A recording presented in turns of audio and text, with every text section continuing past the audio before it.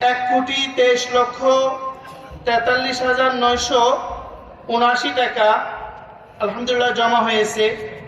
এখান থেকে ব্যয় হয়েছে 1,12,78,512 টাকা এবং অবশিষ্ট জমা আছে জেনারেল ফান্ডে 10,65,467 টাকা।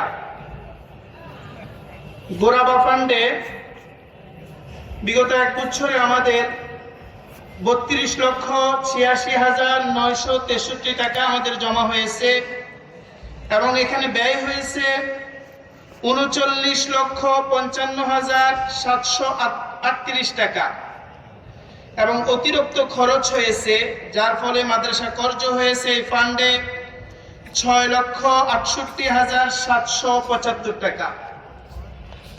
উভয় ফান্ডে আমাদের বিগত এক বছরে আয় হয়েছে 1,56,30,942 টাকা এবং ব্যয় হয়েছে 1,52,34,250 টাকা